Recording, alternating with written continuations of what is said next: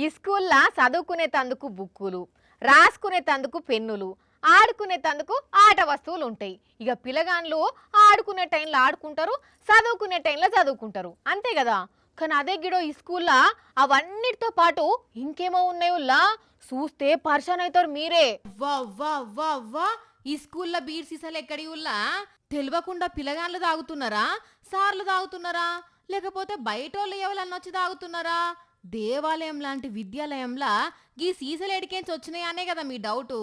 ఏమో మరి. కాకపోతే ఎవలో దాగి పారేసిన సీసాలను చదువుకునే పిల్లగాళ్ళతో దించిండ్రు ఇక్కడ.